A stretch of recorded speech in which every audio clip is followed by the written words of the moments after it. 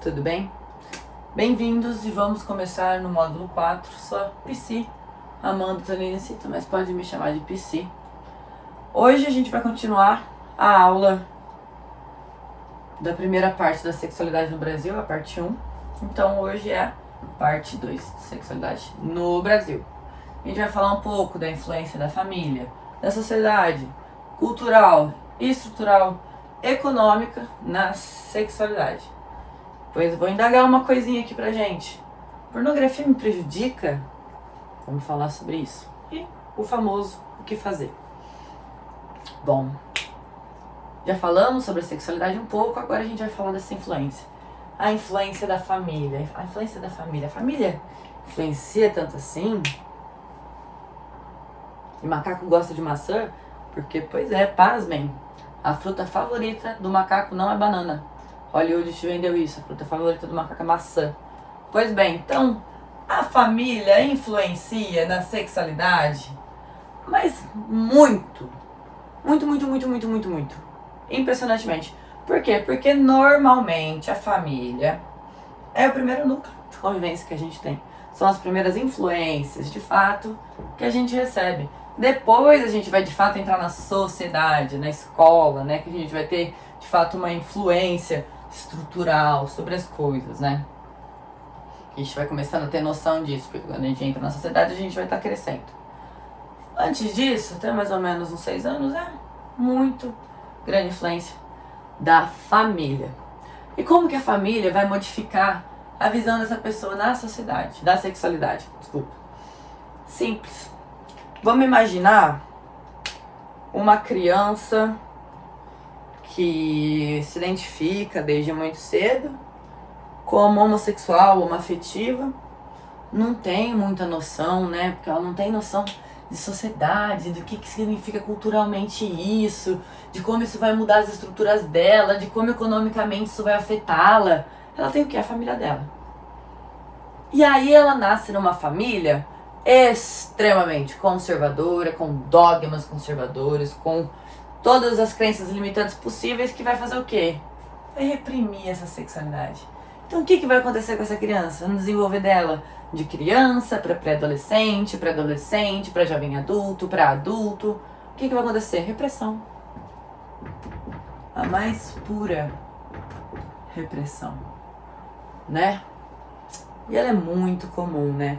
As pessoas pegam, a gente escuta até nossos pais, o cigarro, o álcool é a porta de entrada para as drogas. Eu discordo. Na minha opinião, a porta de entrada para as drogas são os pais. São os pais. Muito óbvio que isso não é literal, isso é literário, isso é uma metáfora. Mas é importante a gente entender a influência, né? A responsabilidade que é trazer um mundo, trazer uma criança ao mundo, trazer o mundo, né? Porque a criança é o mundo, cada um somos um mundo. Então é importante entender a função de ser pais ou responsável, que é como eu gosto de chamar mesmo. Responsável, a pessoa responsável por você, ela é muito importante, né, no seu desenvolver. Então qual que é o mais indicado, né, para essa família lidar com essa sexualidade dessa criança em desenvolvimento, desse ser em desenvolvimento? Acolher. Acolher com o quê? Com entendimento, e não só entendimento, mas entendimento apropriado.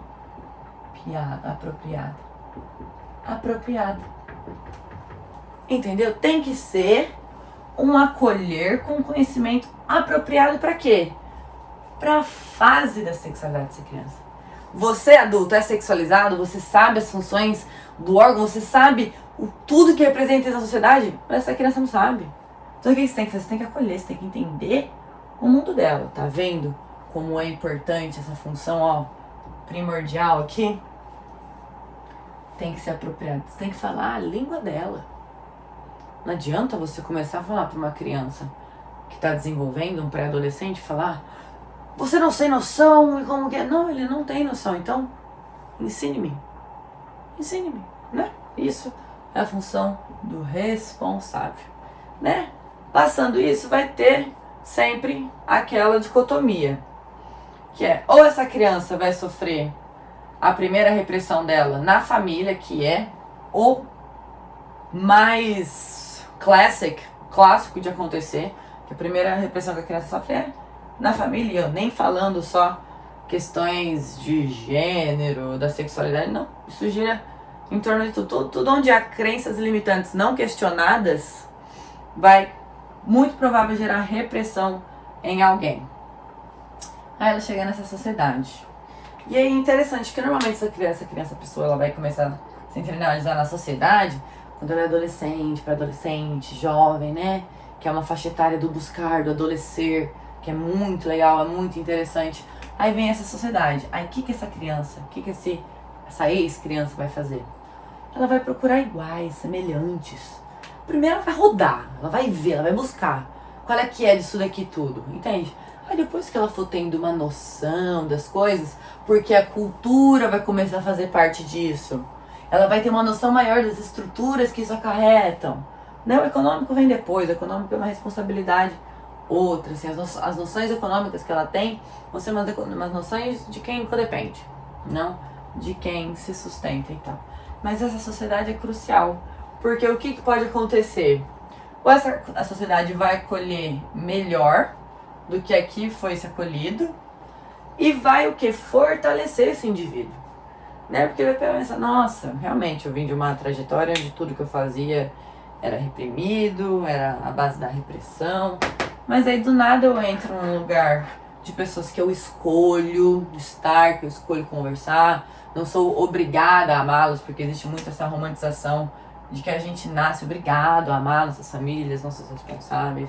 E aí na sociedade a gente tem contato com outro movimento, que é um amor mais escolhido e tal, que você vai formando os seus. Dentro desse contato, a cultura é mais estabelecida. Porque aí você vai ver onde que você vai chamar. Nossa, e tudo é cultural. Uma pessoa que é vegana, por exemplo, ela não é só vegana, ela não só não consome derivados de animais e tudo que derive disso, ela tem um estilo de vida, ela faz parte de uma sociedade diferente, com uma cultura diferente, com um econômico diferente, com uma estrutura diferente. É um estilo de vida, entende? É muito além. E ela se identificou, talvez por influência familiar, porque tudo vai influenciar, né? Não é tudo que é influência. Só que todas essas coisas aqui que são influenciáveis nessa pessoa vai vir de duas vertentes, que vai ser o exemplo a seguir. Então o exemplo, o que ele faz? Ele separa em a seguir e não seguir. Entendeu? Não vamos complicar não. Ou você vai seguir o exemplo, você vai pegar, beleza, gostei, massa. Vou seguir. Eu falei, ixi, nossa, não foi legal. Não vou seguir. Mas você vai aprender com isso. Então, tudo isso vai influenciar nessa coisa aqui que vai ser o exemplo a seguir, o exemplo a não seguir. Coisa a gente vai formando a nossa cultura, vendo as estruturas que a gente faz parte. Entende? Porque a estrutura, ela diz muito sobre nós, né? Por exemplo, uma pessoa com uma estrutura com mais possibilidades, ela tem uma experiência de sociedade, de cultura, diferente de uma pessoa que tem uma estrutura com menos possibilidades. Isso está muito envolto no econômico, né?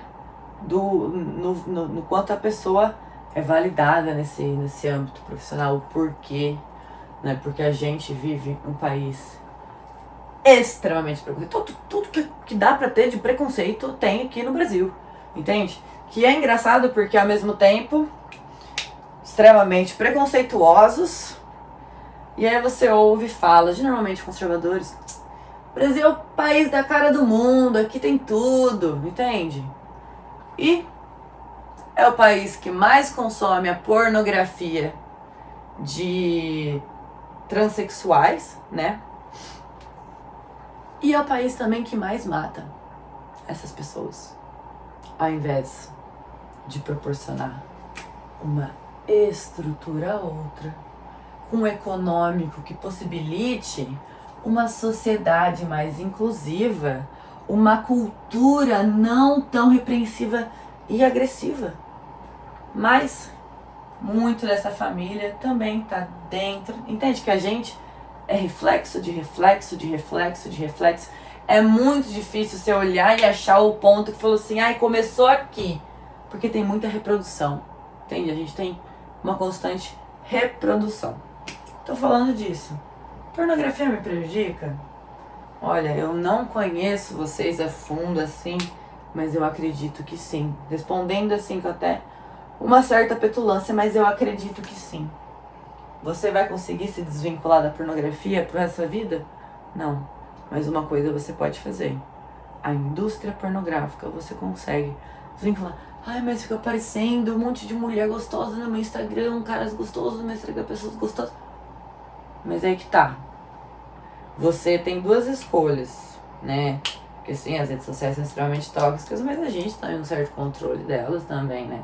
Você pode seguir cachorrinhos fofos, memes engraçadíssimos, ou você pode seguir essas pessoas gostosas que vão te influenciar a pornografia, que vão te causar influência na sociedade, na cultura, na econômica, na estrutura, e vai te prejudicar, vai te prejudicar.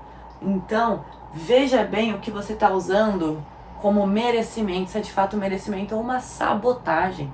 Porque às vezes você está se prejudicando achando que você está se fazendo bem, trazendo bonanças, mas não tá não. Então, prejudica, amigo. E amiga, prejudica. O que fazer? Limite. A liberdade ela só existe com o limite. A gente nunca vai conseguir ir imensurável. Lembra que eu falei? Que tudo é limitado, tudo é de certa forma perecível, quando a gente fala de humanidade. Então, permita-se modificar para o seu próprio bem. A gente nunca vai conseguir gerar conforto no outro, social, cultural, familiar, econômico, estrutural, se a gente não tiver conforto em si. A tendência é causar repressão, porque você vai olhar e falar, eu não permito que você seja o que eu não consigo ser. Até uma próxima.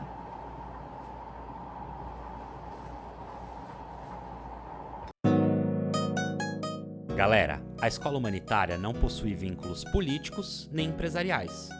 Por isso, a sua participação é fundamental na construção desse projeto. Não esquece de deixar o like, se inscrever, ativar o sininho para não perder nenhuma aula e, se você quiser, pode contribuir diretamente através do nosso Pix ou então do Apoie-se. Até a próxima aula.